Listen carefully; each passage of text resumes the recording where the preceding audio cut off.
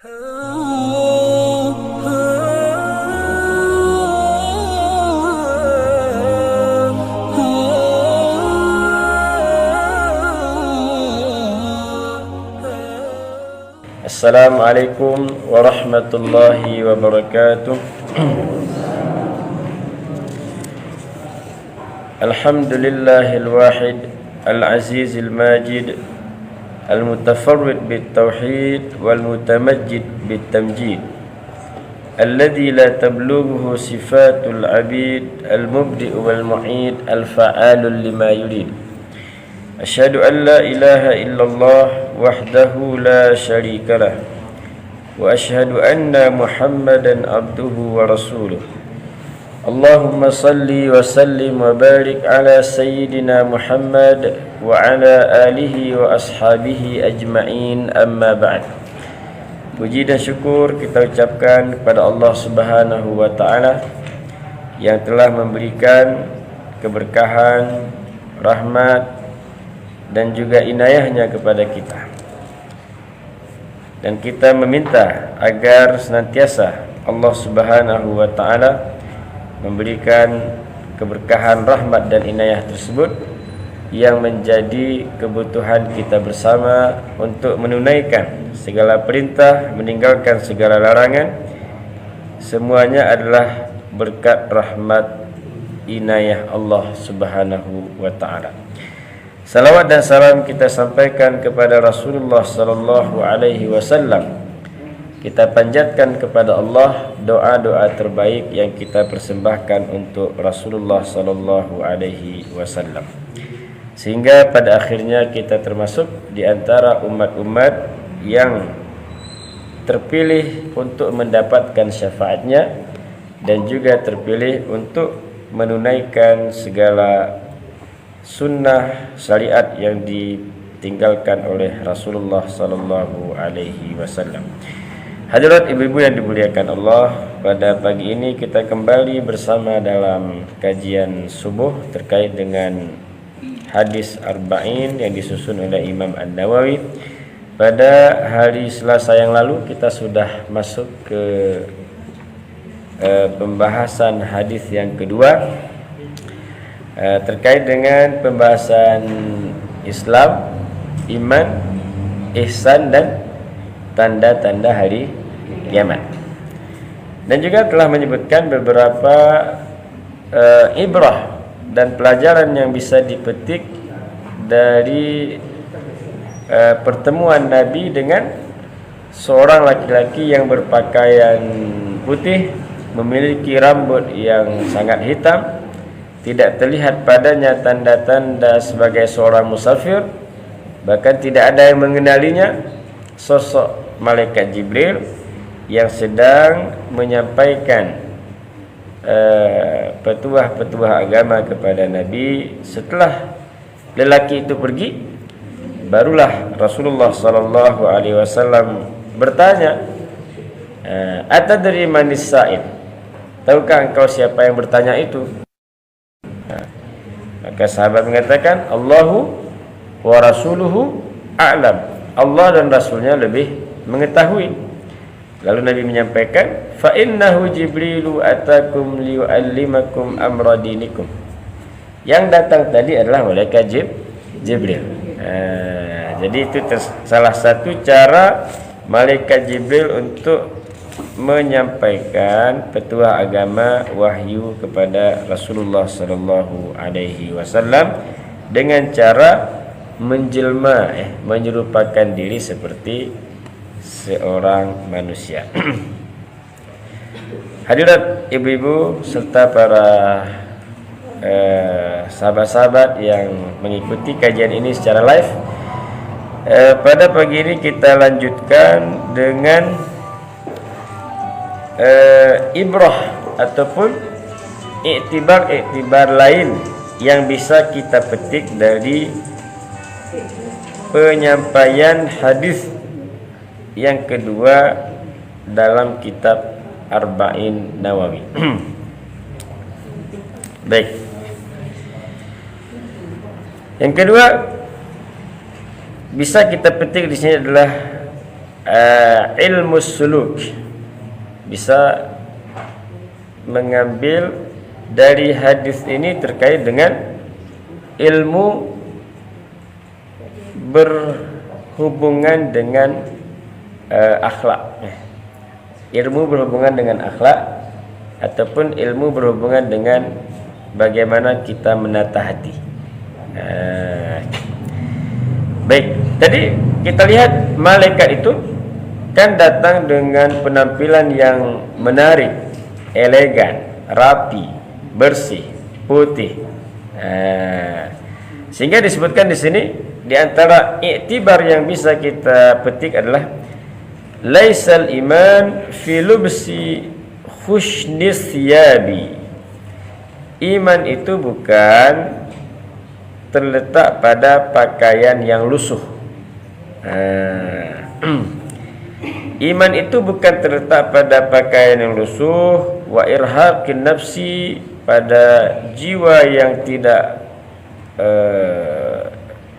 tertata rapi, badan-badan ataupun penampilan-penampilan yang tidak tertata, dan juga bukan pada makanan-makanan yang dianggap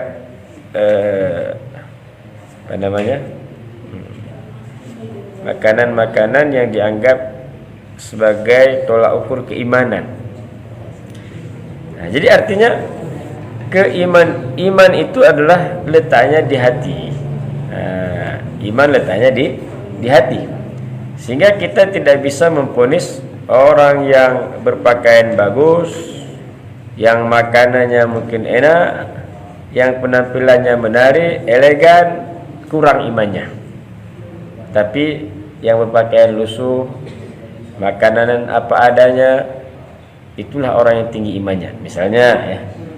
Tapi ini di dalam hadis ini kita diajarkan iman itu letaknya di hati. Maka tidak bisa memvonis orang yang kaya itu orang yang tidak beriman, misalnya. Yang beriman adalah orang yang miskin. Misalnya, walaupun hal itu sebagai pendorong, misalnya pakaian yang sederhana membuat orang akan lebih tawadhu, misalnya, itu bisa jadi, tapi tidak seperti tolak ukur keimanan. Banyak juga orang-orang yang tampil menarik dengan kemewahan, tetapi imannya juga kuat. Jadi ini yang pertama, sehingga kita tidak salah menilai. Selanjutnya al-ijtimaiyah. Ini mungkin sepintas sudah kita sebut pembahasan ini ketika menjelaskan tentang asyratus sa'ah, tentang tanda-tanda hari kiamat. Sepintas mungkin sudah terjelaskan di situ, namun di sini sedikit lagi kita ulangi.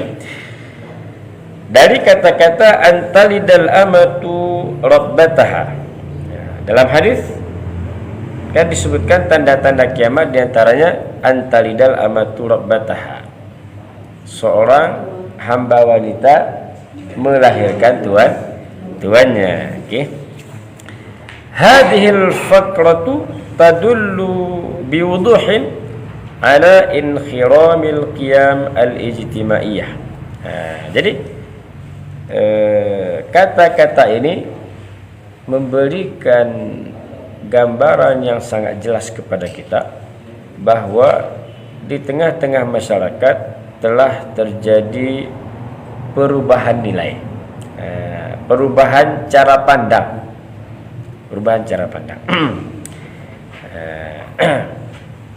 wa tushiru ila inqilabi khatirin fi mustaqbalil mujtama'at. Maka dampaknya adalah masyarakat itu mengalami satu kondisi kehinaan, kerendahan, karena nilainya sudah pandangan umum itu sudah berubah. Nilai cara menilai itu sudah berubah. Misalnya kalau dulu orang-orang kalau mendapatkan amanah merasa takut, ketengahan. Bahkan kita mendengar misalnya pernah saya sebutkan seorang amir namanya Uqbah bin Amir. Ketika dilantik untuk menjadi gubernur sebagai amir di satu daerah, maka ucapannya adalah dakhalat alayya dunya litufsida akhirati. Telah merasuk ke dalam jiwaku dunia untuk merusak akhiratku.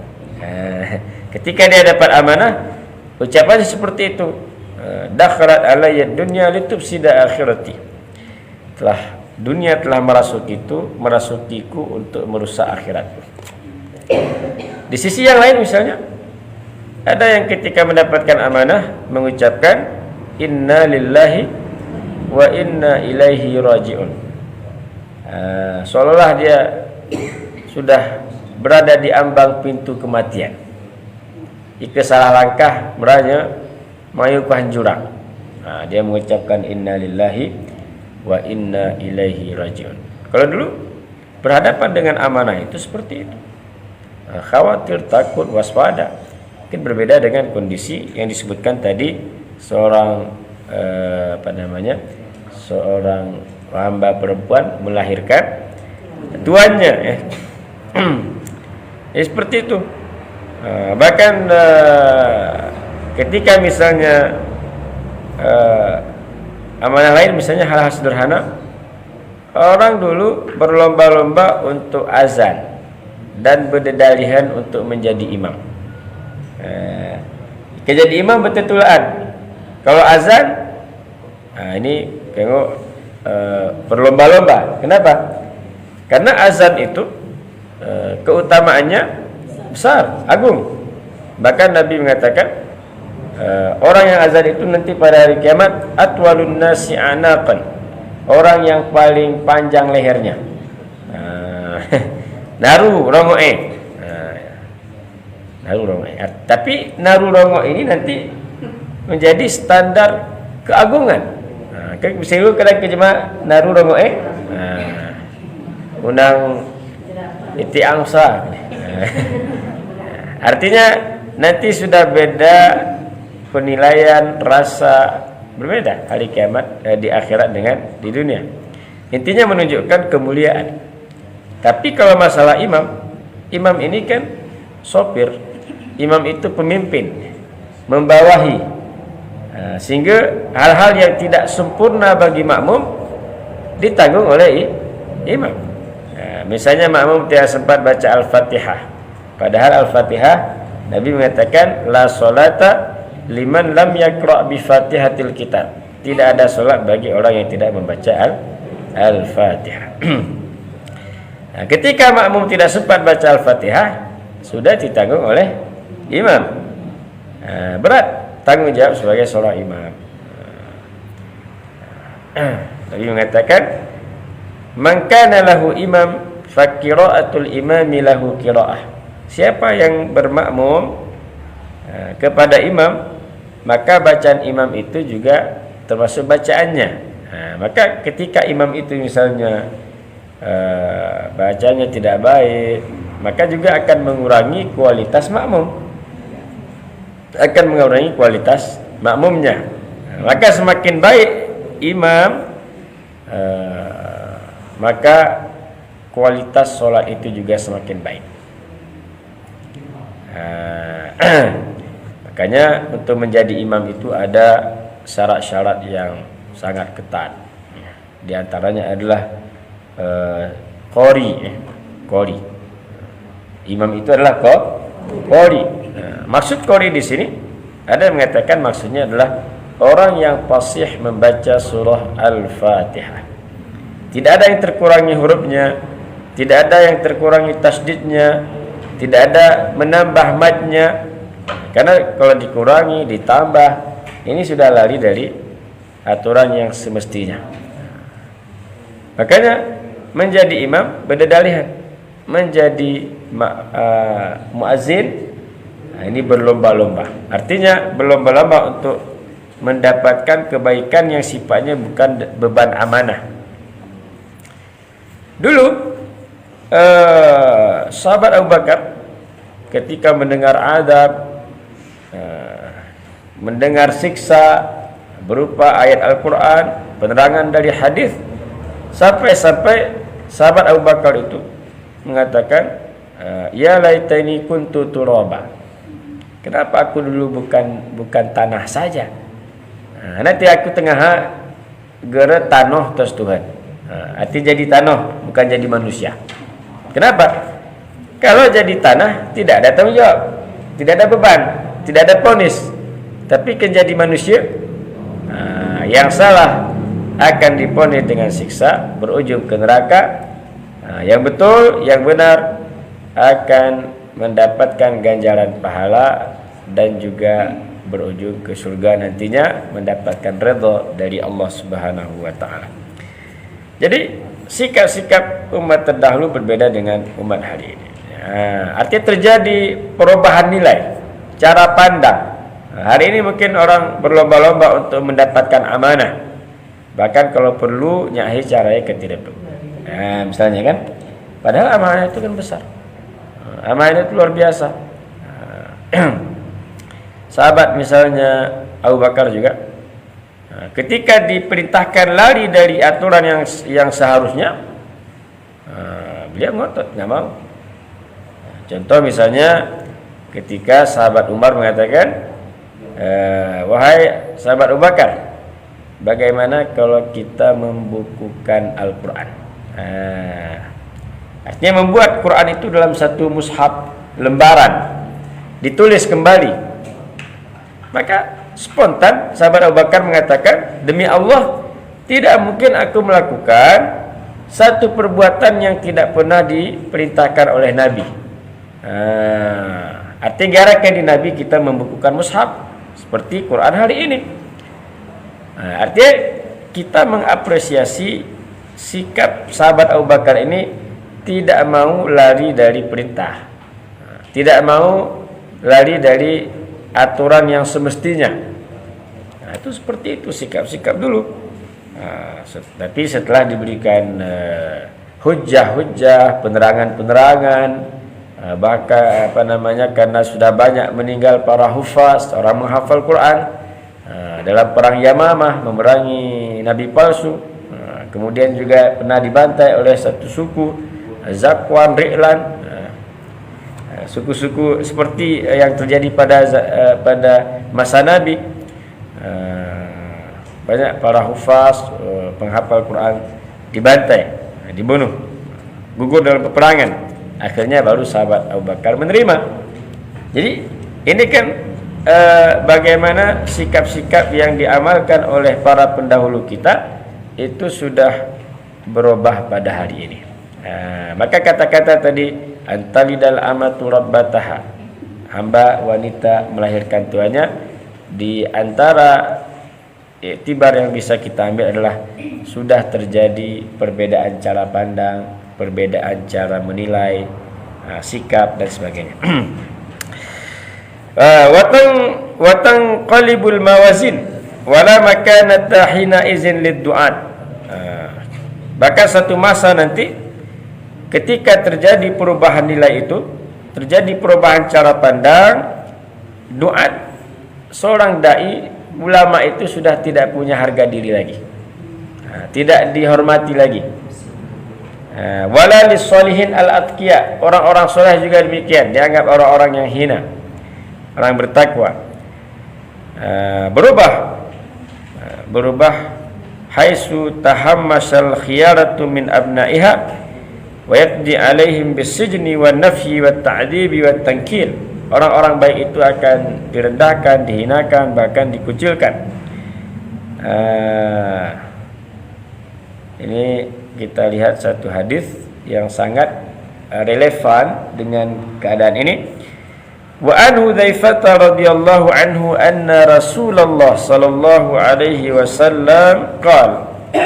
Hadis dari sahabat Hudzaifah ibn al-Yaman, bahwa Nabi bersabda, la taqumus sa'atu, tidak akan terjadi hari kiamat, hatta yakuna as'adun nasi bid dunya Luka' bin Luka'.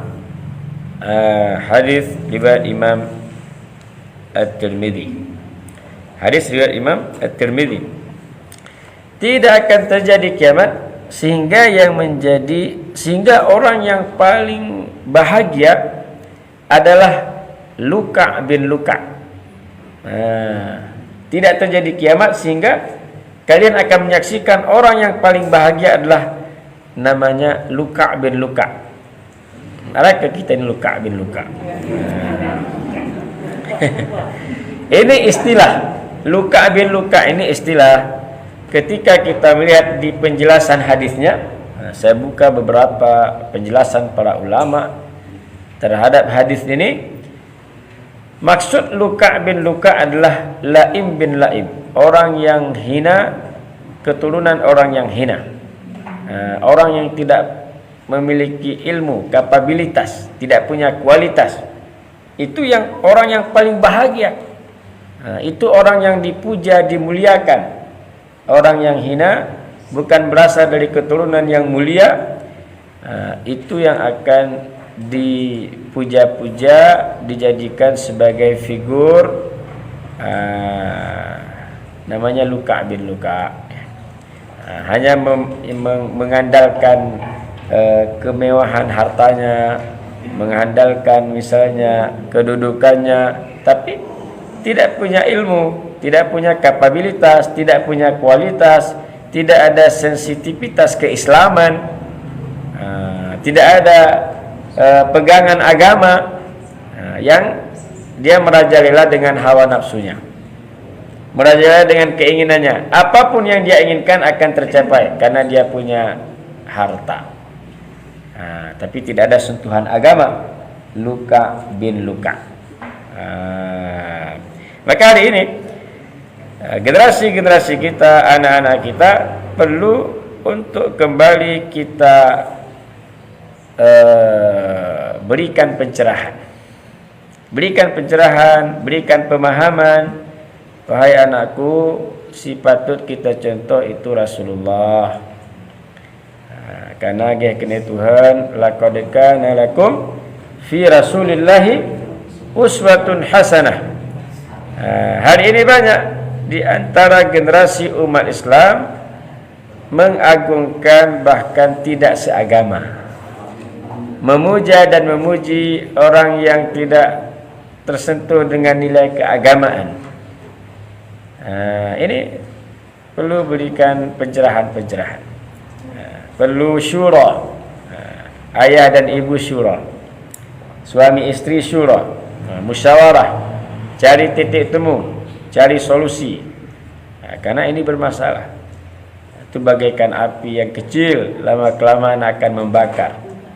Bukan hanya dirinya yang rusak, tetapi kita juga rusak. Masyarakat akan rusak. Kalau sudah masyarakat rusak, maka tentu akan merajalela, akan menjadi pemimpin dari masyarakat yang rusak ini. Kita akan menjadi orang-orang yang durjana. Maka perlu menyikapi hal-hal seperti ini. Kita mulai dari ranah terkecil. Ranah terkecil itu adalah diri kita, lalu keluarga kita, seterusnya. Komponen diri dan keluarga itu kan merupakan komponen masyarakat. Kalau semua pribadi sudah baik, semua keluarga sudah tertata, maka akan tercipta masyarakat madani. Kalau sudah ada masyarakat madani, itu masyarakat yang beriman. Law amana ahlul qura wattaqau lafatahna alaihim barakatin minas sama'i wal ard. Andaikan penduduk negeri itu beriman. Penduduk negeri kan komponennya pribadi, keluarga, sehingga menjadi penduduk negeri yang dinamakan dengan masyarakat. Kalau itu sudah baik semuanya dan aktivitasnya adalah hal-hal yang positif berupa nilai-nilai ketakwaan, maka akan mengundang keberkahan, kebaikan yang banyak. Berkah itu kan kebaikan yang terus bertambah, menjulang tinggi, bertimbun, kebaikan-kebaikan yang banyak. La fatahna alaihim barakat, kami akan bukakan keberkahan dari langit dan juga akan kami terbitkan dari bumi. Maka hal seperti ini perlu penyikapan sehingga tertatalah masyarakat yang nanti pada puncaknya dari masyarakat ini akan ada yang menjadi pemimpin, akan menjadi figur, sehingga kita terbebas dari prediksi tadi yang Nabi katakan, la taqumus sa'atu hatta apa tadi? Hatta yakuna as'adan nasi luka' bin orang yang hina, orang paling bahagia dia. Karena apapun yang dia inginkan bisa, apapun yang kita butuhkan bisa dia berikan. Tapi kecenderungannya adalah hawa nafsu, bukan untuk i'la'i kalimatillah, meninggikan kalimat Allah Subhanahu wa taala. Baik, kemudian selanjutnya, ini juga sudah pernah kita bahas sebelumnya terkait dengan siasah. Siasah itu politis. In tawalla ghairul akifa'il mu'ahilin ala amrin minal umur min umuril ummati syai'un ghairu tabi'i wala mantiqi ka'anna ar-rasula yansah mujtama'atil alam juma'a al-islamiyya ala al-khusus idza kanat hadhihi al-mujtama'at khiyarah turidu an tuqada ila al-khair wa an tasmu ila qiyamil hadarati wal qiyam wa an ta'isha aisha syurafa'il kurama tarda fiha rabbaha alaiha an tawalla qaidan rabbaniyan. Juga ketika Nabi menyebutkan tadi di tanda-tanda kiamat itu diantaranya wa antaral hufatal uratal alah ri'a usya'i yatatawaluna fil bunyan, engkau akan melihat orang yang bertelanjang badan, tidak bersendal, pengembala kambing, berlomba-lomba untuk mendirikan bangunan. Kan?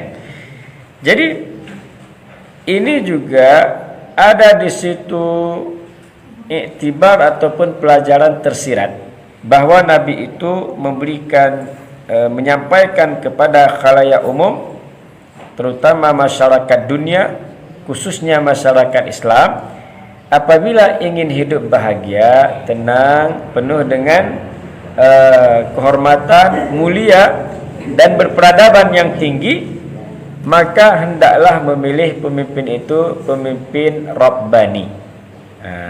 Pemimpin Rabbani, pemimpin yang saleh, pemimpin yang taat kepada Allah Subhanahu wa taala.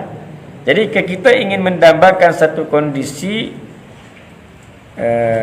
sampai ke peradaban yang tinggi, itu salah satu caranya dari pemimpinnya, pemimpin yang Rabbani.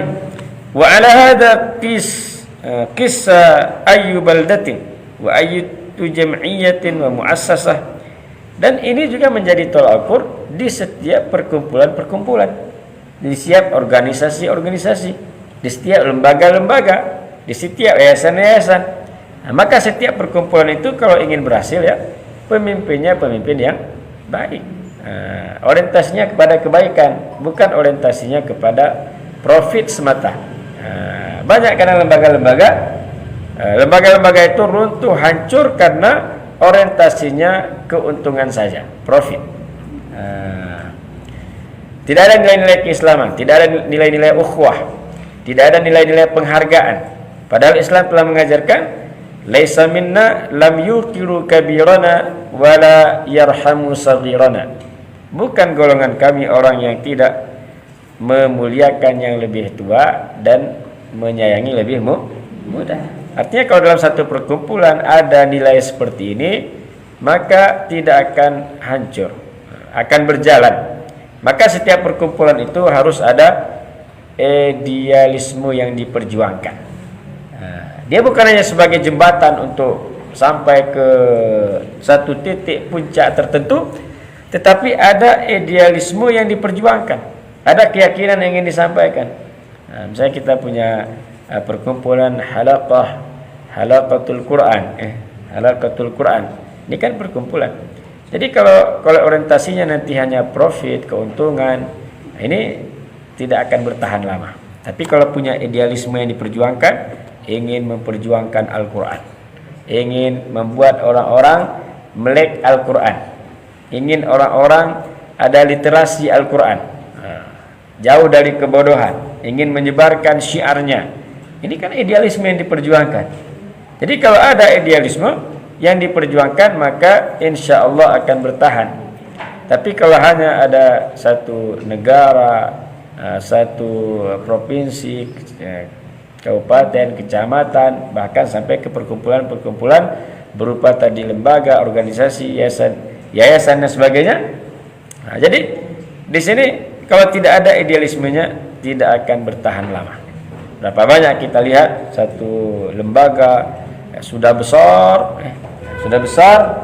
sudah di mana-mana dikenal, tiba-tiba terjadi sengketa. Itu masalahnya bukan karena masalah memperjuangkan idealisme, tapi permasalahannya adalah masalah profit, keuntungan, nongti nueli, jadi ini aku gih. Jadi ini terkadang sebagai sumber yang menyebabkan terjadi keruntuhannya. Maka Nabi mengatakan, idza wussidal amru ila ghairi ahlihi fantadir sa'ah. Ketika diserahkan urusan kepada bukan pakarnya, bukan ahlinya, maka tunggulah kehancurannya. Maka tadi yatatawaluna fil bunyan, orang yang meninggikan bangunan, yang menjadi ikon itu orang-orang yang rendah, yang hina, yang tidak punya nilai. Bahkan tadi sebagai orang yang tidak berperadaban. Maka di sini agama Islam itu agama yang menghargai ilmu. Ilmu ini kan di antara jembatan untuk sampai kita ke peradaban yang tinggi. Karena peradaban lama kita sebut dengan orang-orang misalnya hidupnya nomaden. Nomaden kan, berpindah dari sini ke sana. Tidak ada satu cita-cita besar untuk membuat satu kekuatan negara adidaya yang berkuasa menyebarkan idealisme. Tidak ada. Karena kenapa? Tidak punya ilmu. Maka digambarkan tadi orang yang bertelanjang badan, tidak pakai sendal, pengembala kambing. Ini kan orang-orang yang dianggap di masyarakat biasa-biasa saja, keberadaannya tidak mempengaruhi mulianya satu peradaban. Ini dari satu sisi penilaian. Ini dari sisi lain ada cara pandang yang lain. Baik, kemudian selanjutnya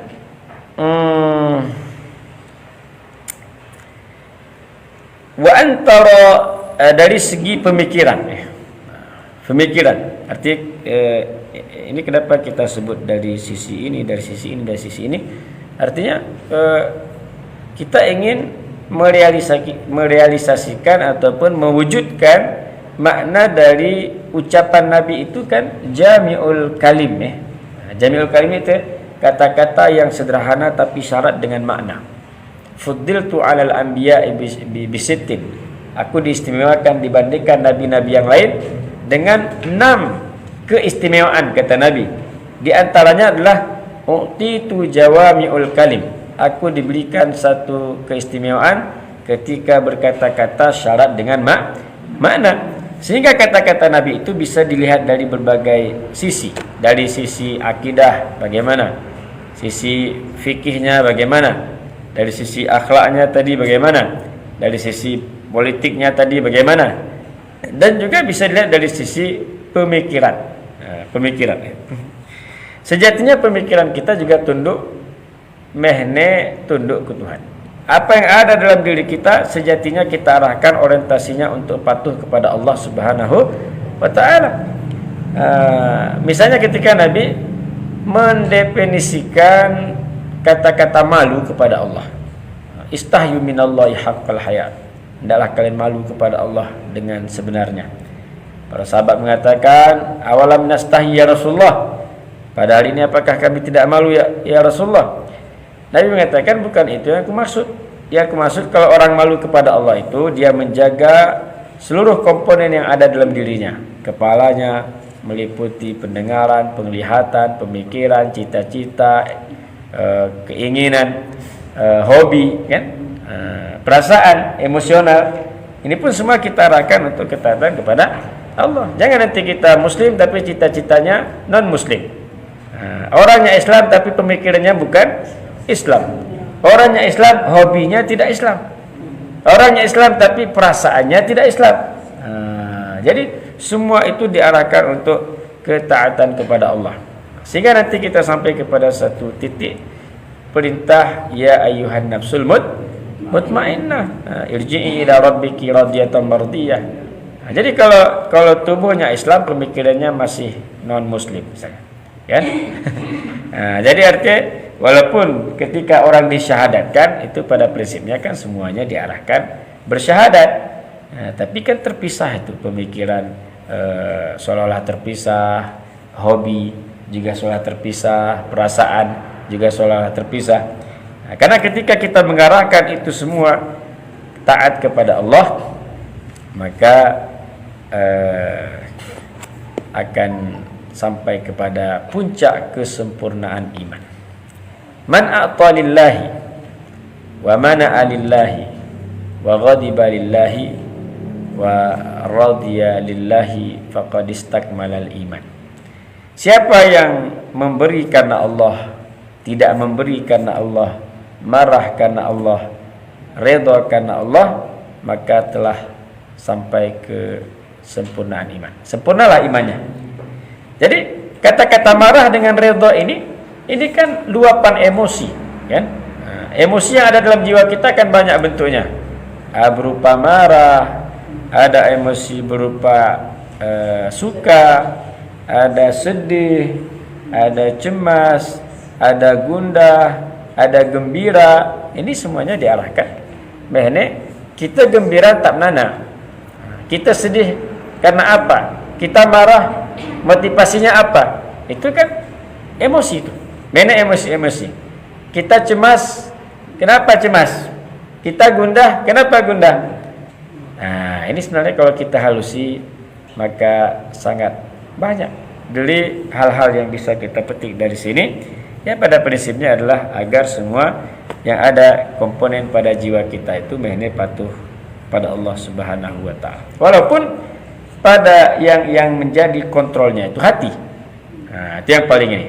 Nah, hati ini hati yang tenang, kalbun salim, hati yang selamat, maka dia bisa mengarahkan anggota yang lain. Tangan akan diarahkan menggenggam yang baik. Kaki akan melangkah ke jalan, ke tempat yang diridhai Allah. Mata akan memandang hal-hal yang diridhai Allah Subhanahu wa taala. Telinga juga akan mendengar hal-hal yang baik. Puncaknya di hati. Kontrolnya di situ.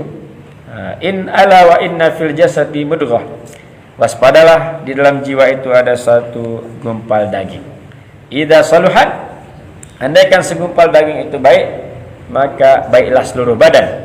Andaikan segumpal daging itu buruk, maka buruknya seluruh badan.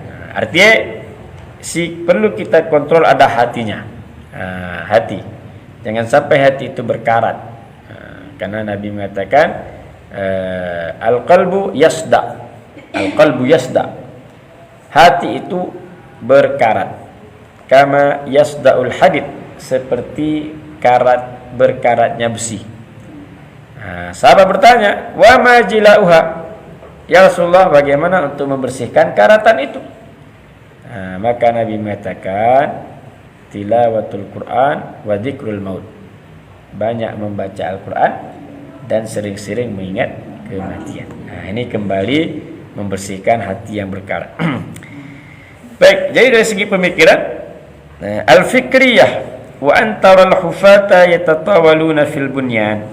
Tushiru hadhihi al-jumlah bidzat ila mustawa al-inhitat al-fikri inda hadha an-naw' min al-qadah wa ulatul amr.